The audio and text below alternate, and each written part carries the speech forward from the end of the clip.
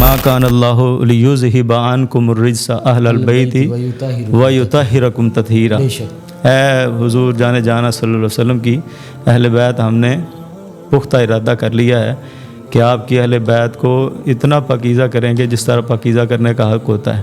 اور ہماری پاکیزہ مائیں یعنی حضور کے جو خدام ہیں، وہ حضرت حذیفہ ان کی والدہ بیمار تھی تو وہ چند دن حضور کی بارگاہ میں نہیں گئے۔ یہ حدیث پاک جو ہے وہ تقریباً کتب کی ہر حدیث میں موجود ہے۔ اس نے آج رب کی بارگاہ میں التجا کی، یا اللہ میں تیرے محبوب کی زیارت کرنا چاہتا ہوں۔ نبی کریم علیہ السلام نے پوچھا پردہ کیا ہوتا ہے؟ تو سیدہ سے جب پوچھا حضرت علی رضی اللہ تعالیٰ عنہ نے، تو انہوں نے یہ جواب دیا کہ پردہ یہ ہے کہ نہ غیر محرم کو تم دیکھو اور نہ غیر محرم تمہیں دیکھو۔ کیا بات رضا اس چمنستان کرم کی، زہرا ہیں کلی جس میں حسن اور حسین ہے پھول۔ ناظرین السلام علیکم ورحمۃ اللہ وبرکاتہ۔ آپ کا میزبان حماد ملک آپ کی خدمت میں حاضر ہے ایک بار پھر ایک نئے پروگرام کے ساتھ، اور آپ دیکھ رہے ہیں فرض نیوز۔ ناظرین آج کے پروگرام میں ہمارے ساتھ موجود ہیں حضرت علامہ مولانا قاری محمد شاہد حسین مدنی صاحب، اور آج ہم بات کریں گے خاتون جنت دختر نبی حضرت سیدنا فاطمہ الزہرا سلام اللہ علیہ پر۔ تو قاری صاحب السلام علیکم۔ وعلیکم السلام۔ کیسے ہیں آپ؟ خیریت سے؟ الحمدللہ۔ سب سے پہلے یہ بتائیں کہ قرآن کریم کیا حکم فرماتا ہے؟ ان اللہ و ملائکتہ یصلون علی النبی یا ایھا الذین آمنوا صلوا علیہ وسلموا تسلیما۔ الصلاۃ والسلام علیک یا رسول اللہ وعلی آلک وصحبک یا حبیب اللہ۔ بڑی سعادت کی بات ہے کہ آج خاتون جنت کا تذکرہ ہم یہاں پر کرنے لگے ہیں، اور یہ تذکرہ ایسا مبارک اور پاکیزہ تذکرہ ہے کہ، اور یہ افسوس کی بات ہے کہ اس کو ہم نے ملنگوں کے حوالے کر دیا کہ کہیں بھی چوک میں کھڑے ہو کر پنجتن کا نعرہ جو ہے وہ بلند کرتے ہیں، پنج نعرہ پنجتنی سوا لکھ نعرہ حیدری، اس طرح یہ پاکیزہ لوگوں کا کام ہے۔ ہم نے تعلیم حاصل کی ہے، حضور سیدی محدث اعظم پاکستان رحمۃ اللہ فرماتے ہیں جب بھی حدیث پاک پڑھا رہے ہوتے یا قرآن مجید میں جہاں پر سیدات کا تذکرہ آنے لگتا تو وہ یعنی سارے باوضو بیٹھے، ظاہر بات حدیث پاک پڑھ رہے تھے، وہ کہتے تھے سروں کو اب جھکا لیجیے، اب سیدہ کا تذکرہ آنے لگا ہے۔ بے شک بے شک۔ یہ پاکیزہ لوگوں کا اور پاکیزہ ماحول کے اندر تذکر کرنے والی شخصیات ہیں۔ اب یہ ہے کہ قرآن مجید تو جگہ جگہ پر جو ہے وہ ان کی بول بول کر جو ہے وہ طہارت پاکیزگی ان کی شان کو بیان کر رہا ہے۔ قرآن مجید کے اندر اللہ رب العزت نے ارشاد فرمایا ما کان اللہ لیذہب عنکم الرجس اہل البیت ویطہرکم تطہیرا۔ اے حضور جانے جانا صلی اللہ علیہ وسلم کی اہل بیت، ہم نے پختہ ارادہ کر لیا ہے کہ آپ کی اہل بیت کو اتنا پاکیزہ کریں گے جس طرح پاکیزہ کرنے کا حق ہوتا ہے۔ سبحان اللہ۔ اب یہ مثلا کہ جٹکی زبان میں کہہ لیں کہ کیا معنی ہے پاکیزگی کا سیدہ کی طرف اور اہل بیت کی طرف، تو سیدھے لفظوں میں یہ کہہ دیں کہ جو ان کے ساتھ جتنی عقیدت رکھنے والا ہوگا وہ اتنا ہی پاکیزہ ہوگا، اور جو ان سے جتنا دور ہوگا وہ اتنا ہی ناپاک ہوگا۔ بالکل ایسی۔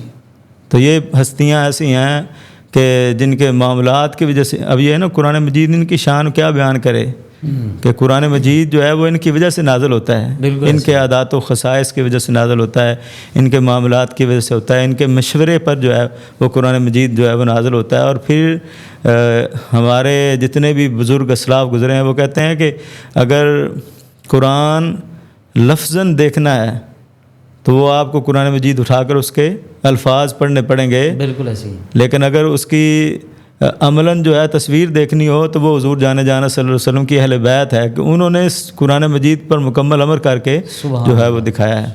اچھا، آپ کو خاتون جنت کہا جاتا ہے، تو اس کے حوالے سے ذرا قرآن و حدیث سے ذرا بتائیں کہ آپ کو لقب کب دیا گیا اور کیوں دیا گیا؟ یہ حضور جانے جانا صلی اللہ علیہ وسلم کے ایک صحابی ہیں حضرت حذیفہ رضی اللہ تعالیٰ عنہ، اور ہماری پاکیزہ مائیں یعنی حضور کے جو خدام ہیں، وہ حضرت حذیفہ ان کی والدہ بیمار تھی تو وہ چند دن حضور کی بارگاہ میں نہیں گئے۔ یہ حدیث پاک جو ہے وہ تقریباً کتب کی ہر حدیث میں موجود ہے، ساری یعنی حدیث مبارکہ کے اندر جو ہے یہ مجموعے کے اندر موجود ہے۔ تو والدہ نے پوچھا کتنے دن ہو گئے تم حضور کی بارگاہ میں نہیں گئے؟ تو وہ کہنے لگے تم اماں اتنے دن ہو گئے؟ وہ کہنے لگے نہیں پترا اتنے دن سرکار تو دور نہیں رہی تھا، اتنے دن جاؤ آپ حضور کی بارگاہ میں جائیں اور حضور سے ملاقات کر کے میری اور اپنی بخشش کی دعا بھی کروانی۔ اب ان کا عقیدہ یہ ہے کہ حضور دعا کر دیں تو جنت مل جاتی۔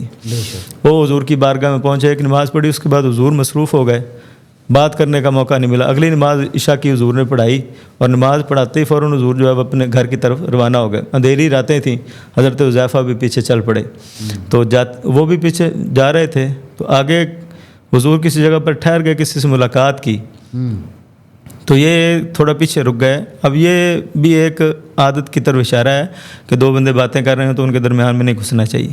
اب ہمارے لوگ جو ہیں وہ جو ہے نا وہ خود تکلف کر کے جو ہے وہ باتیں سن کے پھر آگے پھیلانے کی کوشش کرتے ہیں, یہ عادت اچھی نہیں.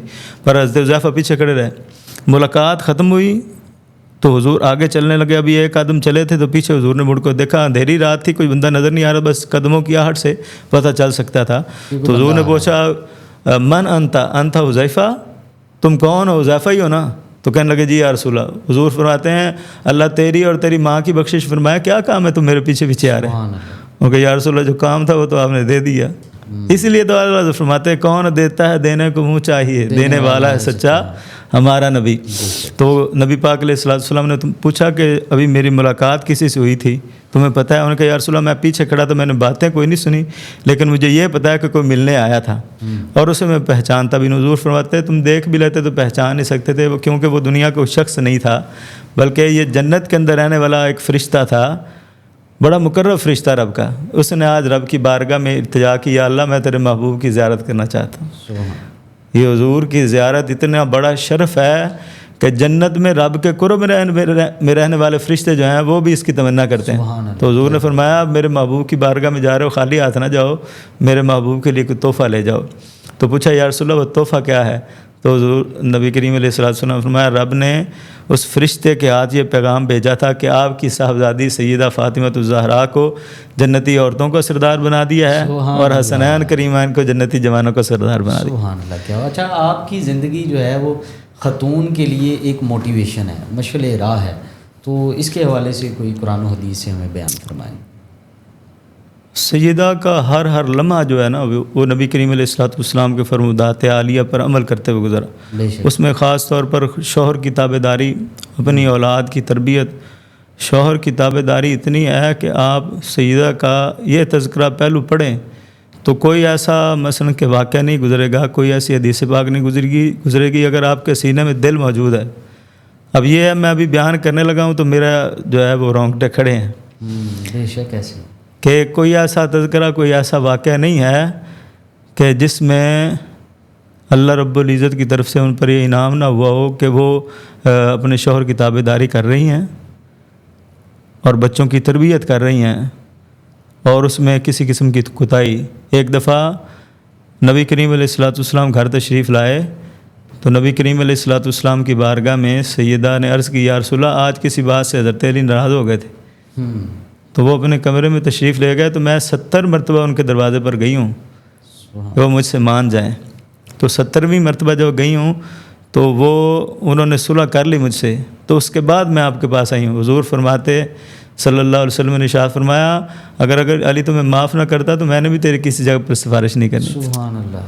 یہ تربیت. اور پھر اولاد کی, اور پھر یہ ہے کہ اولاد کی تربیت بھی ہے, شوہر کی تابع داری بھی ہے, اور پھر اپنے پروردگار کی تابع داری بھی ہے. سب سے بڑی بات ہم جی یہ منظر دیکھا گیا سیدہ پاک کے گھر میں کہ حسنین کریمین کا جھولا ہے وہ ایک ہاتھ سے ہلاتی ہیں اور ساتھ چکی رکھی ہوئی ہے, دوسرے ہاتھ سے چکی پیس رہی ہیں, زبان سے قرآن مجید کی تلاوت جاری ہے اور دماغ جو ہے اس قرآن پاک کی آیات بینات کی ساتھ ساتھ تفسیر کر رہا ہے. کیا بات. اور آنکھوں سے خشیت کے آنسو بھی جاری ہیں. یعنی وقت ایک ہے اور 5 کام کیے جا رہے ہیں. حسنین کا جھولا بھی جھل رہا ہے, چکی بھی چل رہی ہے, قرآن مجید پڑھا جا رہا ہے, اس کی تفسیر بھی ہو رہی ہے اور خشیت کے آنسو بھی جاری ہے. یہ سیدہ پاک نے انتہائی پاکیزہ زندگی جو ہے وہ گزاری ہے. اور ایک دفعہ حضور کی بارگاہ میں سوال کیا گیا, وہ خواتین کے پردے کے متعلق تھا, تو کسی صحابی نے جواب نہیں دیا. تو حضرت علی رضی اللہ تعالیٰ عنہ سے اٹھ کے گھر تشریف لے گئے اور واپس آیا تو بھی مجلس میں کسی نے جواب نہیں دیا تھا. تو حضرت علی رضی اللہ تعالیٰ عنہ نے آ کر بتایا کہ یا رسول اللہ اس کا جواب یہ ہے. تو نبی کریم علیہ السلام نے فرمایا یہ جواب تم سیدہ سے پوچھ کے آئے ہو نا, یہ اس کے علاوہ کوئی جواب دے نہیں سکتا تھا. وہ کیا تھا؟ نبی کریم علیہ السلام نے پوچھا پردہ کیا ہوتا ہے؟ تو سیدہ سے جب پوچھا حضرت علی رضی اللہ تعالیٰ عنہ نے تو انہوں نے یہ جواب دیا کہ پردہ یہ ہے کہ نہ غیر محرم کو تم دیکھو اور نہ غیر محرم تمہیں دیکھے۔ اب یہ افسوس ہے ہمارے آج کل کے چینلوں پر وہ جو نئے ذہن کے لوگ ہیں وہ کہتے ہیں جی پردہ کیا ہوتا ہے، پردہ تو دل کا ہوتا ہے۔ بالکل ایسے یہ بات ان کو نہیں سمجھ آئی۔ تو پردہ جس طرح انہوں نے کیا ہے وہ پردہ کیا جائے گا تو پھر ہی پردہ شمار کیا جائے گا، وہی رب کی بارگاہ میں مقبول۔ اور ہم نے ایسے بزرگوں کو سنا کہتے ہیں، یعنی بچے ان کے اسکول میں پڑھتے تھے تو کسی بزرگوں کو بلایا تو انہوں نے جناب تربیت کا، انہوں نے کہا میری آج کی مائیں جو ہے نا وہ پردہ کریں، اپنے چہرے کو چھپا کے رکھیں، تو کل کو یہی چہرہ اولاد دیکھے گی تو اس کو حج کا ثواب ملے گا۔ تو سب کو دکھا دیا تو اللہ رب العزت کی طرف سے امید ہی کی جا سکتی ہے، ورنہ وہ چہرہ اس قابل نہیں ہے کہ اس کو دیکھنے پر حج کا ثواب جو ہے وہ ملے۔ بے شک ایسے یہ جس کے لیے دیکھنا یعنی جائز ہے وہی دیکھے گا، باقی سب سے چھپا رہے گا تو اللہ رب العزت کی بارگاہ سے پھر جو ہے وہ انعامات بھی ویسے وصول ہوں گے۔ بالکل ایسے۔ اچھا آپ کا مقام کی بات کریں تو مقام تو ہم بیان کرتے رہیں تو ختم ہوگا نہیں، لیکن آپ چند اپنے الفاظ میں ذرا سیدہ فاطمہ الزہرا سلام اللہ علیہ کا مقام بیان کریں۔ اللہ اکبر، اللہ اکبر۔ سیدہ پاک کا مرتبہ اور مقام جو ہے وہ اصل جو ہے وہ معاشر کے میدان میں دیکھنے والا ہوگا۔ بالکل ایسے۔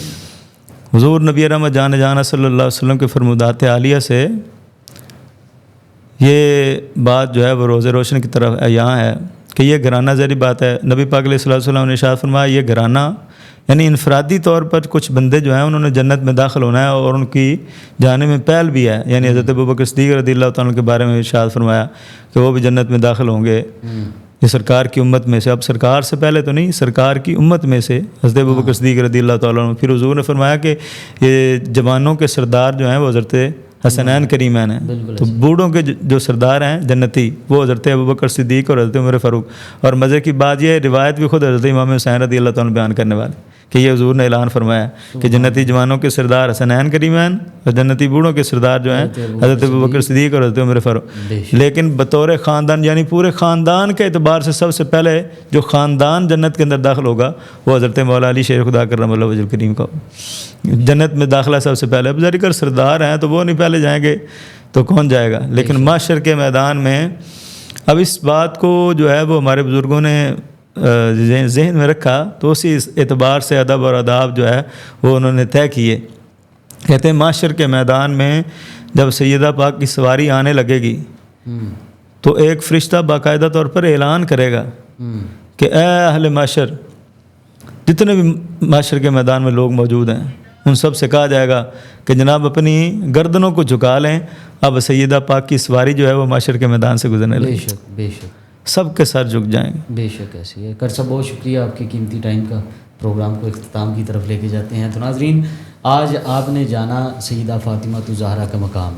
ہم جیسے ناچیز بندے تو یہ بیان نہیں کر سکتے اور نہ ہمارے پاس ہم مطلب کہ ٹائم ختم ہو جائے گا، لیکن آپ کا بیان جو ہے وہ مقام ہم بیان نہیں کر سکتے۔ آپ نے فرمان مصطفیٰ بھی سنا اور آپ نے جانا کہ سیدہ فاطمہ الزہرا سلام اللہ علیہ کی زندگی بھی خواتین کے لیے جو ہے وہ ایک موٹیویشن ہے۔ ابھی کے لیے اپنے میزبان حماد ملک کو اجازت دیجیے، انشاءاللہ نیکسٹ پروگرام کے ساتھ آپ کی خدمت میں جلد حاضر ہوں گا۔ اللہ حافظ۔